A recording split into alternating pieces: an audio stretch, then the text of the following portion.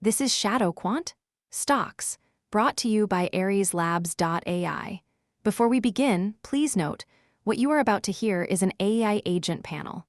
All analysis, voices, and production are generated by artificial intelligence. Nothing you hear constitutes financial advice. Always do your own research. Today is Friday, July 10, 2026, and this is the After Hours session. Now, let's get into it. It is Friday, July 10, 2026. The S&P 500 is staring down the barrel of its own ceiling, closing at $751.71, just 40 cents shy of the 10-day high established on July 6th. But don't let the green arrows fool you.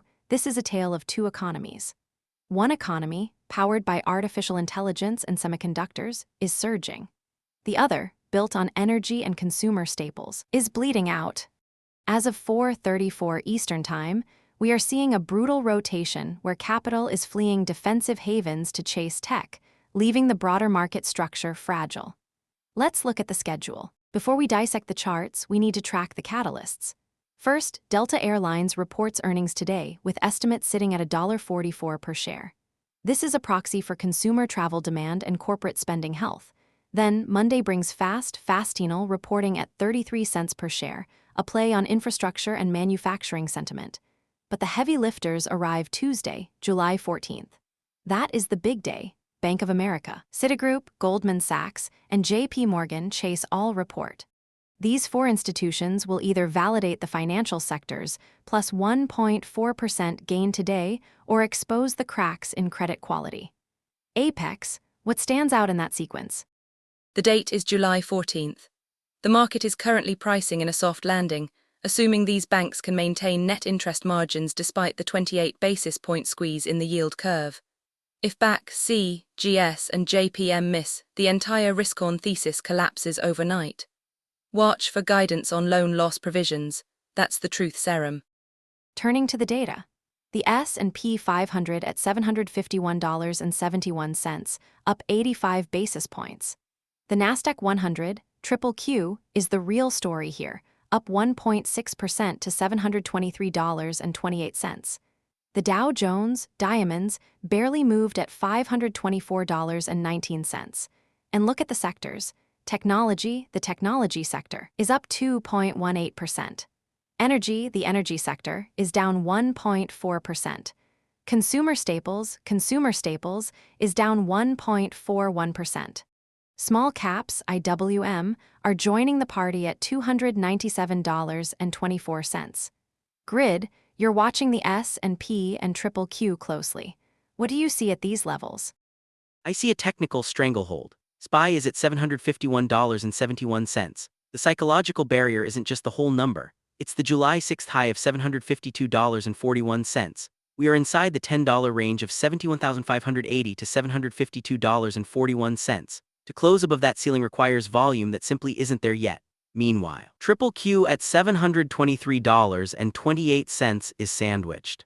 It bounced off the July 8th low of $700.91, but it's hitting the wall at the July 2nd high of $730.83. Until QQQ clears $730.83 with force, it's just grinding sideways. And that grinding is where the sentiment fracturing happens. Grid, you're looking at price. I'm looking at conviction. The VIX is resting at a complacent $16.90. It's been in a tight 5-day range of 15.53 to 18.91. That's not calm, that's numb. But look deeper. NVDA has a bullish sentiment score of positive 0.45. Meta is positive 0.67. They're riding the wave. Now look at MSDR, negative 0.33. Why would the market rally broadly while sentiment turns sour on Bitcoin-linked equities? It tells me the risk-on trade is shallow. It's not broad confidence. It's leverage masking as conviction. That sentiment split explains the flow mechanics perfectly. You've got Meta gapping up 4.3% pre-market on news of a hidden AI cost breakthrough. That single catalyst is validating the 2.18% surge in the technology sector. Investors aren't just buying AI anymore. They're buying the margin expansion from AI. That's a fundamental shift in how the market values software companies. They now expect lower OPEX. On the flip side, look at the defensive capitulation. Consumer staples is down 1.41%. Capital isn't hiding in staples, it's forcing its way into duration. But here's the kicker. The small caps, IWM, are up 1.28% to $297.24. That usually means retail is getting involved. And when retail gets involved alongside institutional hedging, the tail risk spikes. Which brings us to the elephant in the room, the macro contradiction. Grid mentions the resistance at $752.41. Pulse sees fragile sentiment, but I see a yield curve that is screaming recession. The 10-year minus 2-year spread is flattened to plus 0.38 percentage points. The 10-year yield is 4.54%. 2-year is 4.16%. Simultaneously, core PCE is stuck at 3.41%. You cannot have a sustainable equity rally with sticky inflation and a flattening curve unless what? Unless it's a liquidity trap. Look at the micro caps. JLHL up 317%, LSBR up 132%. That is not investment, that is gambling. When the safe havens like energy drop 1.4% while the S&P hits new highs, it means smart money is unloading hedges to chase the lottery ticket in the tech sector. Let's dig into that sector divergence. We have a clear risk-on rotation happening right now. The technology sector and the financial sector are green. The energy sector and consumer staples are red. Grid, how does this rotation affect the technical structure of the indices? It creates a false sense of breadth. Because the technology sector is up 2.18%, it props up the SPY index, allowing it to approach the $752.41 high without the heavier industrials or materials lifting it. Look at the industrial sector. Industrials down 1.23% for the week. LB materials down 1.49%. This is a narrow bridge. If tech stalls at that $730.83 level on QQQ, the SPY cannot hold the $752.41 resistance purely on math. It needs the other sectors to cooperate. They aren't. So technically, I'm viewing the SPY move as exhausted. A rejection here sends it back to the $74.5 support zone. And financially, that rejection hurts the banks. You mentioned the financial sector is up 1.04%. That's a trap. It's driven by rate cut speculation, not credit quality.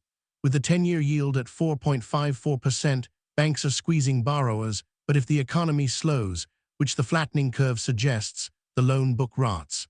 The upcoming earnings for JPM and BAC on the 14th are going to reveal if these margins are sustainable. If JPM misses the $5.49 estimate, that $752.41 high on SPY becomes a bull trap top. The flow data shows money moving out of the energy sector and into the financial sector, but that's a positional game, not a fundamental one. Positional games end badly when sentiment flips. The VIX at 16.90 feels safe, but the put/call skew on NVDA and Meta isn't showing the defensive hedging you'd expect from institutional money. They're riding the momentum, but look at the micro-cap volatility again. JLHL and VRAX. That kind of noise doesn't belong in a healthy bull market. It belongs in a mania phase. When the mainstream indices are climbing on the back of just 5 or 6 mega-cap names, the sentiment isn't healthy, it's concentrated. And concentration breaks. Exactly. And when it breaks fast. I'm pointing to the energy sector. The energy sector is down 1.4% today.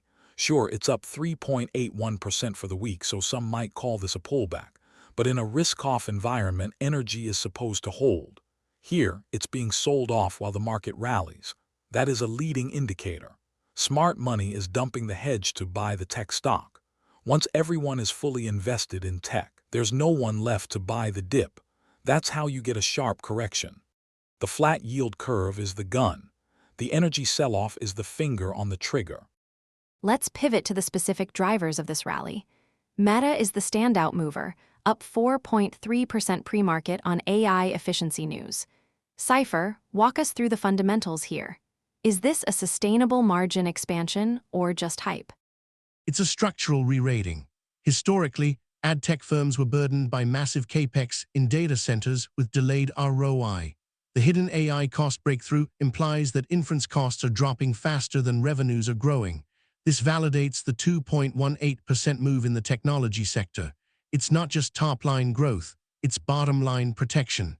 If Meta can prove this model works, the market will re-rate the entire software stack. However, remember the valuation risk. We're paying premium multiples for this certainty. If the next earnings cycle shows a plateau in user engagement, the multiple contracts instantly. That's why I'm monitoring the post-gap performance. If Meta holds above $40, the thesis is live. If it fades, the technology sector faces a fundamental anchor check. Technically, that gap up leaves a void. Triple Q is at $723.28. The pre-market high for Meta pushes the overall tech index closer to that $730.83 resistance. If Meta starts fading, the technical pressure on Triple Q increases dramatically. We'll see selling into strength at the 725 mark. The volume profile shows heavy accumulation in the lower range, from $700.91, but thinning liquidity as we approach 725. That's a warning sign. Breakouts require volume. Without it, it's just a drift. The crowd loves the narrative, but the data shows fatigue. NVDA sentiment is positive, yes, but the sheer number of articles, 56 of them, suggests narrative exhaustion. When everyone has read the same story, the buyer runs out of steam. The cost breakthrough is great until the next quarter's guidance disappoints. Right now, sentiment is greedy, but it's a brittle greed. One bad data point on ad spend, and the puts flood in. Brittle greed meets rigid macro. You guys are talking about Meta stock price, but ignore the macro cage. Core PCE is 3.41%. The Fed can't cut rates. The 10-year yield is 4.54%. Higher rates kill valuations. Eventually, the discount rate eats the future cash flows. The only reason the market ignores this is because liquidity is still relatively ample, keeping the VIX at 16.90. But liquidity is a fickle friend. When the banks report on the 14th and show credit stress, that liquidity vanishes. Then all those high-multiple tech stocks get repriced to match the reality of a 4.5% risk-free rate. The breakthrough won't matter if the denominator in the DCF model keeps rising. Let's talk about the broader market breadth. The Russell 2000, IWM, is up 1.28% to $297.24. Usually, when small caps join a tech rally, it signals true market health. Grid, does the chart confirm this? It confirms resilience, but not necessarily strength. IWM recovered from the July 8th low of $290.68. Holding above that low is critical. If it slips back below $290.68, the small cap trend is broken. Currently, it's holding the midpoint of its 10-day range, which is roughly $296.70, so it's holding. But look at the relative strength. IWM is up 1.28%, but the technology sector is up 2.18%. Small caps are lagging the leaders. In a true broadening rally, small caps should outperform as capital rotates down the quality ladder. Here, they're just following. It's a follower market, not a leader market. Followers are risky. The unemployment rate is at 4.2%. Non-farm payrolls added only 57,000 last month. That's tepid job growth. Small companies rely on hiring and consumer spending to grow. With 57,000 jobs added, the labor market is cooling, yet IWM is rallying. That disconnect suggests this move is driven by short covering and speculative flows, not fundamental improvements in small-cap earnings. The upcoming earnings for smaller companies in September will test this. If revenues don't grow, this rally evaporates.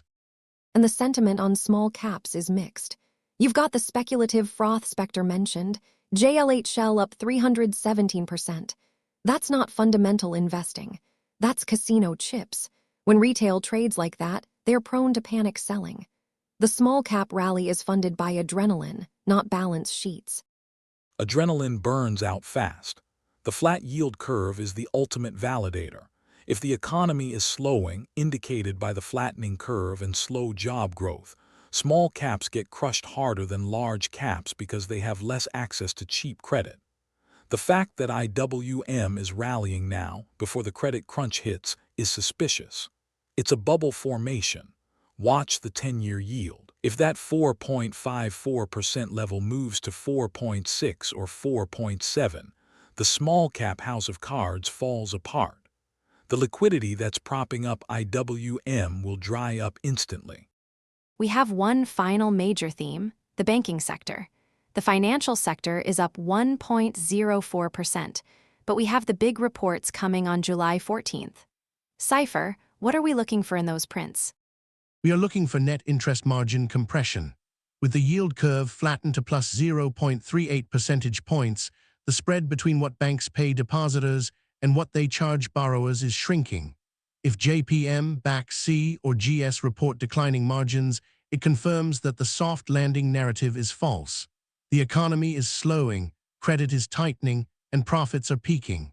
Also, watch the provision for credit losses. If they are increasing reserves for bad loans, that's a direct hit to earnings per share. Any miss on earnings per share or guidance below the estimates, $5.49 for JPM, 14.01 for GS, will trigger a sector-wide unwind.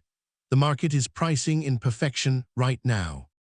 Technically, the financial sector is trying to lead, up 1.04% today, but it's trailing triple Q's 2.18%. Financials are often the bellwether for the broader economy. If they can't break out decisively above their recent highs, they drag the SPY down. Watch the 50-day moving average on the financial sector.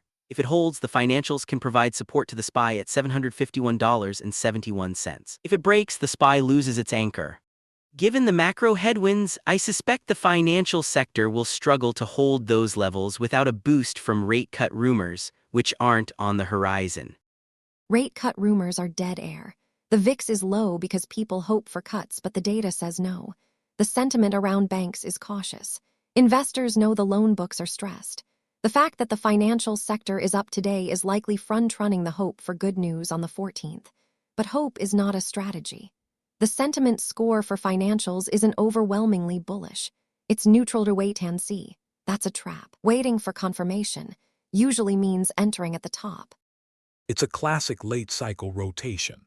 Money moves from defensives, the energy sector down 1.4%, into cyclicals, the financial sector up 1.04%, thinking the economy is fine. Then the data hits. The 57,000 jobs added last month is the canary in the coal mine. Small caps and banks both suffer in slowdowns. The rally in IWM and the financial sector is a mirage. The real signal is the 10-year yield at 4.54%. High rates hurt banks eventually. They hurt small caps immediately. The divergence between the S&P's near highs and the economic data is unsustainable. The correction will be triggered by a missed bank earnings report that proves the economy is weaker than we think. So, to synthesize, we have a market that is technically strong but fundamentally divergent. Tech is soaring on AI margin expectations, while the broader economy shows signs of cooling. Grid, where do you stand on the SPY index? At $751.71, we are at the edge of the box.